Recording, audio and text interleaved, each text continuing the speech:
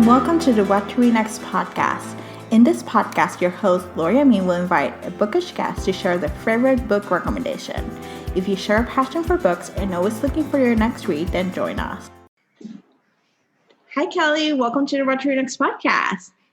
Thank you so much for having me. I'm so excited to be here. So happy to have you here. So tell us a little bit about yourself. Yeah, absolutely. Me, I don't know. Where do I start? 1991.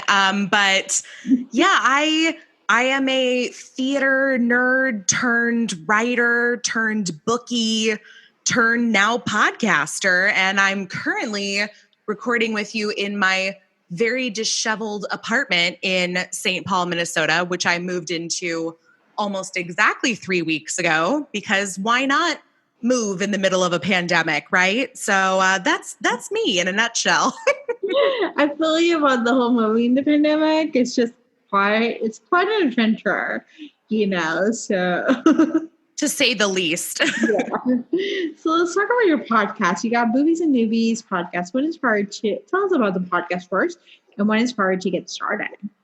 Yeah, absolutely. Boobies and Noobies, I wasn't really a major podcast listener until probably like 3 or 4 years ago. Like, I never really listened to them. I didn't really even know what a podcast was. And it was when I was living in Chicago and going to grad school that I would spend so much time on the train and the bus commuting every day that I was either reading or I started listening to podcasts. And I especially fell in love with podcasts that were about reading and literature. So it seemed like a natural step for me to take my love of reading and translate that into a podcast myself.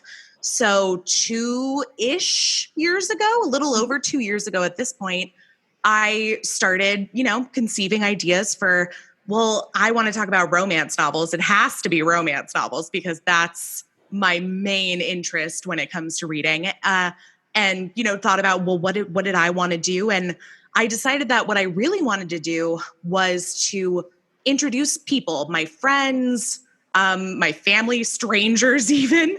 I wanted to introduce them to the genre that I had been in love with for, 10 years. And I had people make fun of me for what I enjoyed reading. And that was the last thing I wanted anybody to feel when they're starting their reading journey, whether it's romance or otherwise.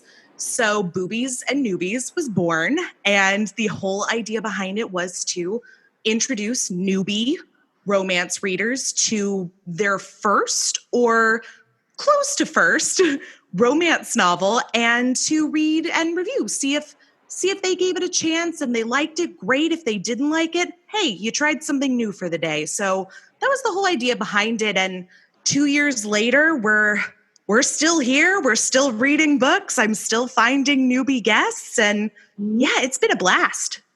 I love it. I love it so much.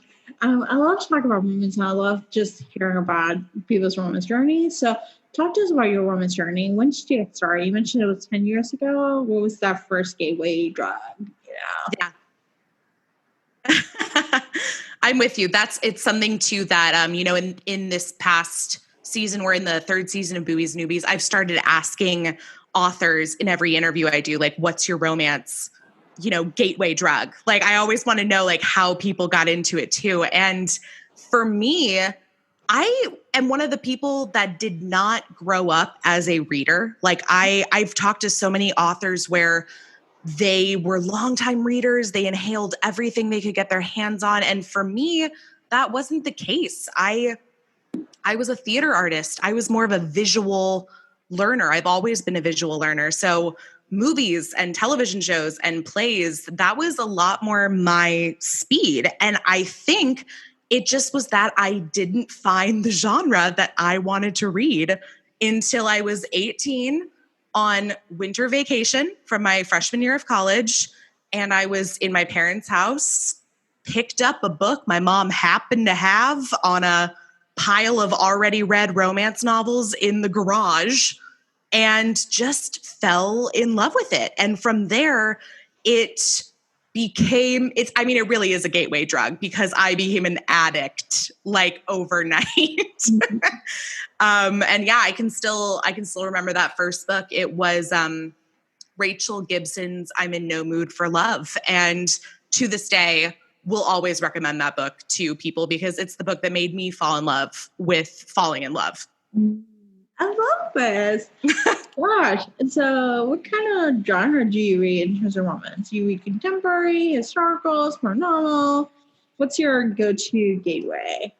Yeah, I do like a little bit of everything, but I think my go-to is for sure a little more contemporary. I do try to, especially now that I blog about romance and podcast about romance, I do try to be really well-rounded in the books that I choose to read. So I try to read a little bit of everything, historical, paranormal, from BIPOC authors, but I do tend to stray back towards contemporary. I think because I can picture myself in a contemporary rom-com, like no problem, but seeing myself in a corset with no running water or toilets in England is less appealing to me. So contemporary is my go-to. And as far as like tropes go, fake dating is like my all-time number one. Like there's a bunch that I love, but fake dating is chef's kiss, like beyond the rest for me. So talk to me about fake dating because I love that so much. What are some of your go-to book recommendations within that trope? Yeah. Let's see. So, I mean, the beauty of fake dating is just, I guess it's like the fantasy element of it is like this whole idea of like, he could be mine for fake, but wait, it's also for real. And so for fake dating recs, I love The Real Deal by Lauren Blakely. We didn't review it for Boobies and Noobies. We have done a Lauren Blakely book before, but this was one that I just picked up on a whim, and the whole premise around it like just appealed to me so much because it was a girl who needed a fake date to bring home for her family reunion. And that just felt so real to me because as the like resident single person in my family, this is something I would for sure subscribe to. So it was inspiring in that way. And then another one that's like complete opposite direction, but is still fake dating is Play by Kylie Scott. I think it's the second book in her Stage Dive series. So if you like rock star romance with a little hint of fake dating, yeah, it's a good one.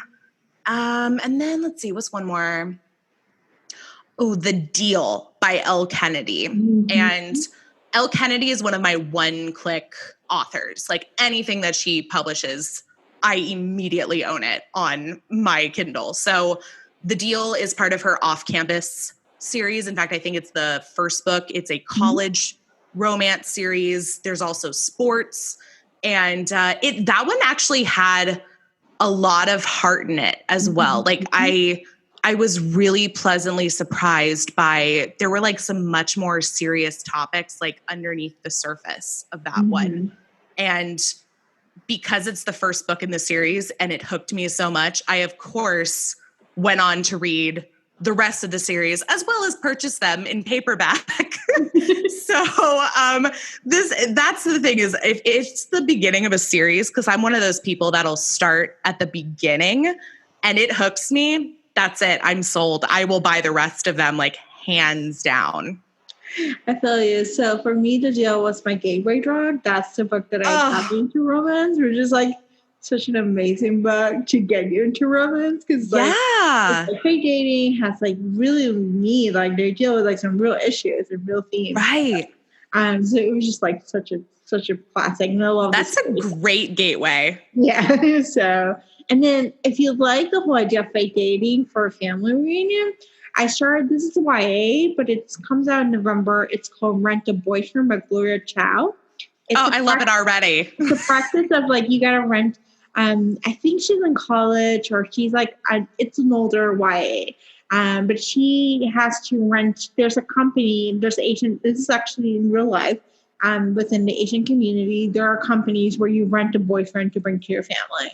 And so you have to know the information, and you kind of like have to pretend that you're almost together. So that way you don't have the question of like, where's your boyfriend? You're like, here he is. So. I love it. I'm such a sucker for anything that's like about modern dating or like matchmaking, like anything that's like about a matchmaker. Cause I find that so fascinating. And I think it's like something that people don't explore enough in real life. Yeah. So the fact that that's like an agency, oh my God, I love it so much. I'm excited. So if I were your least favorite trope, what would that be?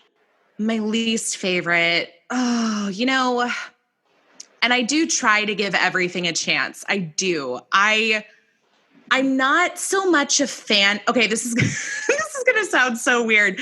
There's two of them that I think of, and they're polar opposites. So I'm not a fan of insta-love stories, and it's because I find them too easy. I am one of those people where I don't lose myself in the fantasy of romance. I'm that person that wants like a romance that I can envision for myself. So something like a little more realistic. Not that I don't love the idea of some man seeing me across the street and falling instantly in love. I mean, that sounds great. But also, it's too easy. It's just too easy. I like to see people work for it. I like to see people struggle and fall in love and like have to deal with all the messy things that come with it. So that's one of them. And then the opposite end of the spectrum is I do not like love triangles. I find them too messy and too complicated. Like I am here for the struggle. I am here for the complications, but I don't want that complication to come in the form of another person in the relationship. And that's not to say I don't love a good group love story, because I am all for a menage story. Like that's anything poly I am here for. But love triangles just don't work for me. It's just not for me, because I feel like somebody is always left out of it. And more often than not, I feel like the person that's left out of it is, you kind of already know from the beginning that they're not going to be the one. So it just, I don't know, it just feels kind of wasteful to me. Yeah, I feel like for me, love triangles, like it's not a happily ever after, because not everyone's going to get it. Like, it's just like someone's going to be left out and someone's not going to have their own, like, it's going to feel bad about it. And you're just, yeah. You leave like the relationship on a sour note. It's like you always have that other person lingering around. So I agree. I will say though, I did read our most recent Boobies and Noobies book club read was Make Me Hate You by Candy Steiner. And this was actually a major topic we talked about during the book club, was the idea of cheating and like, how do people feel about reading cheating in romance novels, especially because for me, I never associate cheating with romance. Like to me, it's usually, if you do have a story with cheating, it's the beginning when somebody walks in on their significant other cheating on them, and that's how they get out of that relationship so that they can go start their new journey, their new relationship that we're going to be a part of. But this book was really interesting because it did play with the idea of both emotional and physical cheating. And is that ever okay? And that was like one of the questions we asked the book club, was just like, is this okay? Like, do you ever think that cheating is acceptable? And basically everybody kind of came to the same consensus, which was that no, it's not okay, but it's not necessarily as black and white as we might see it. And this was like the one love triangle I've ever read where everybody was a good person, like in it. Usually you have that terrible douchebag of a character that you're like, yeah, cheat on him. Get rid of him. We don't need him. No, this one was one where you're like, oh my God, I'm going to feel, my heart is going to get ripped out by the end of this book, because I know one of you is not going to get the girl, and you're both beautiful human beings, and that's going to be tragic. And somehow it was handled so beautifully that I still finished the book like very, very pleasantly surprised and like emotionally fulfilled. And I'm still, it's still very fresh. It's a fresh wound. And so I'm still thinking about it because I just find that so fascinating. I think like a love triangle could be done. It just has to be done well. Like, and I feel like too often it's not. So that's kind of why that's one that I tend to try to stay away from. I feel, yeah. So in terms of contemporary romance, what have been some of your favorite books you read this past year? Oh my gosh. I mean, where do we start? Well, let's see. For the podcast, we recently read The Boyfriend Project by Farah Rashan, and that was amazing. That was really, really good. And it had a lot of really subtle commentary and criticism on race and gender in the workplace and in the world, which when paired with the world today was like everything I really wanted. Because I think people think romance is fluff. A lot of people outside of the romance community who don't know any better think romance is fluff. And it's not. There's a lot of fantastic conversations and important conversations being had in romance written today. And that was the book that I think did a really good job at that. And then another one was one that surprised me because I don't usually read romance that involves teenagers. I don't usually, and I don't even mean like YA romance, although I guess this one I think was labeled as new adult. And but I guess just because, I'm on the upper side of my 20s now, and so I feel farther removed from, say, an 18-year-old. And but I read The Girl in the Love Song by Emma Scott, and it was a beautiful high school friends to lovers, sort of like almost a soulmate type story that, again, it was really angsty. And I didn't know that I liked angst until the last year or so, I guess. I think when I started reading romance, I wanted something much easier. I wanted that happily ever after for everyone. And it's going to be perfect and beautiful. And I still love that happy ending, but I've started to realize I find it so much more rewarding when there are more struggles and there is more emotional angst. And that was one that really, I think it's one of the few romances I've read where I've actually cried while reading it. Oh my gosh, that's amazing. Yeah. A romance that can give you all your feelings, that's amazing. It does too. And I'm not a crier when I read. I cry when I watch things. When I read, not so much, but I cried when I read that book. Oh my gosh, amazing. So what are some of your most anticipated new releases for 2020? Who are you looking for?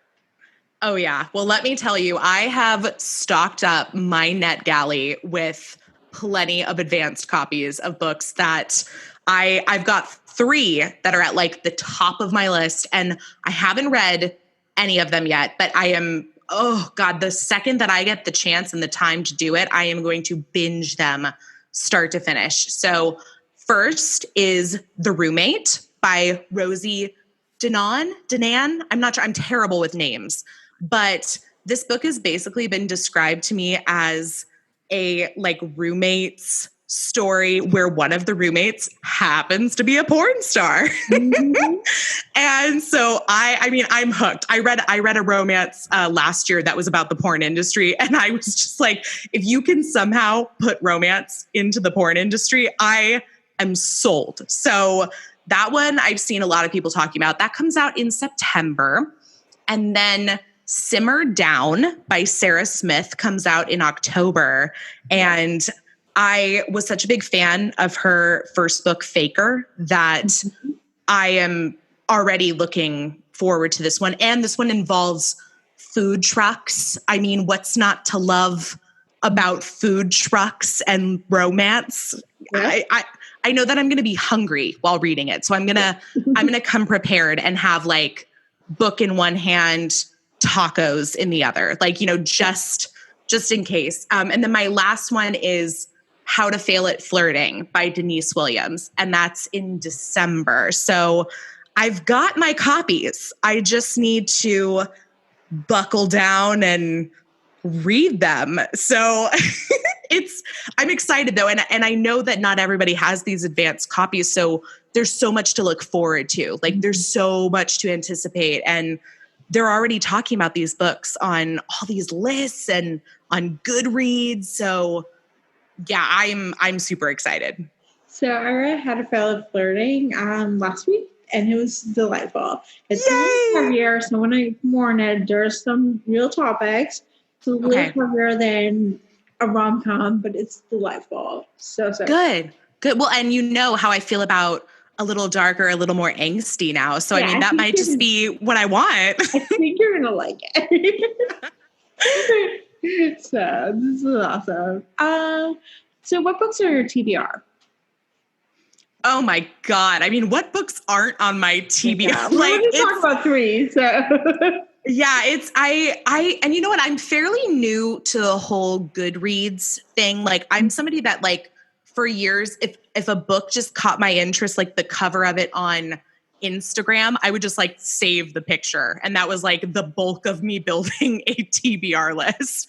So I've just started doing the whole official Goodreads TBR list. And I recorded an episode 2 days ago, and my guest recommended a series to me that's a hockey series. Ooh, tell me. That, again, I haven't read this, and I want to say it came out a couple years ago, or at least started a couple years ago, and it's called the Denver Rebels series by Maureen Smith. Oh. Yeah, so I mean, it's so funny. Like, people are always like, Kelly, you haven't read this? I'm like, I can't read everything. Nobody can read everything, like as much as I wish we could. And so that one, I love the hockey series, and I haven't read it. So I added it immediately to my TBR list. The Pool Boy by Nikki Sloan comes out in August, and we're going to be reading that for Boobies and Noobies, and it looks hot. Like just the cover alone is smoking. So I know that it's an older woman, younger man romance, which I am here for that. So, and then can I recommend one that's like not a romance novel? Yeah, go for it. Okay. So, I mean, something that I've started doing more recently is I'm part of a few virtual book clubs, because it's a great way, I feel like, to just kind of keep up with people, especially during these uncertain times, shall we say. And, you know, I just moved across the country, so it's a great way to connect. And we're reading Untamed by Glennon Doyle next month. So I'm really excited. I bought my copy. I've had it sitting on my shelf for like 2 weeks, and this is going to be the perfect excuse for me to read it. And yeah, I try to mix in a little nonfiction with the fiction that I read, just to kind of remind myself of like what's going on in the outside world. Like last month it was White Fragility. The month before it was Between the World and Me. And now it's Untamed. So yeah, I'm looking forward to kind of stepping outside of romance for a hot second. I'm not going anywhere. And taking in Glennon Doyle, and then, you know, jumping back into the Pool Boy. I love it. Did you read Nikki Sloan other work, like Three Little Words or her series? I haven't. I don't think I've read Nikki Sloan before. And so this one, the cover was like what first caught my eye, but I'm excited. Yeah, I read her erotic woman series. It's definitely erotic. It was just so good. It's It's set in a sex club, I think.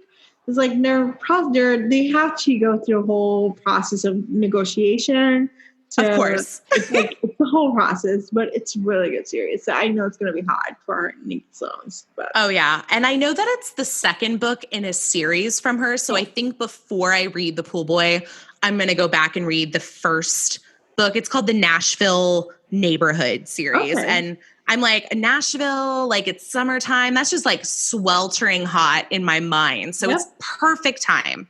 Perfect. Awesome. So tell us where we can find you online. Yeah, of course. You can connect with me on all, the usual socials, Twitter, Instagram, Facebook, at Boobies Podcast, BOOBIES Podcast. And I recently launched the Boobies and Noobies website. So boobiesandnoobies.com. And that's where we have all the info about, what's coming up on the book club. That's something that we run on Facebook every month. People can join in, add their thoughts, chat with some people from all over the world. And you might even take home a giveaway prize. So that's kind of cool. And we've got all sorts of fun stuff going on. Thank you, Kelly, for being on the show. Yeah, thank you. If you enjoyed this podcast, feel free to share with friends, subscribe, or rate and review the show. This is the easiest way to support this podcast. Want to join a romance-loving community? Want weekly book recommendations, monthly author Q&As, and book recommendation meetups? Make new friends? Then join our Patreon community. To sign up, please follow the links in the show notes. What to Read Next Podcast is part of the Frolic Podcast Network. Find more podcasts to love on frolic.media/podcast. Thank you so much for listening and have a great day.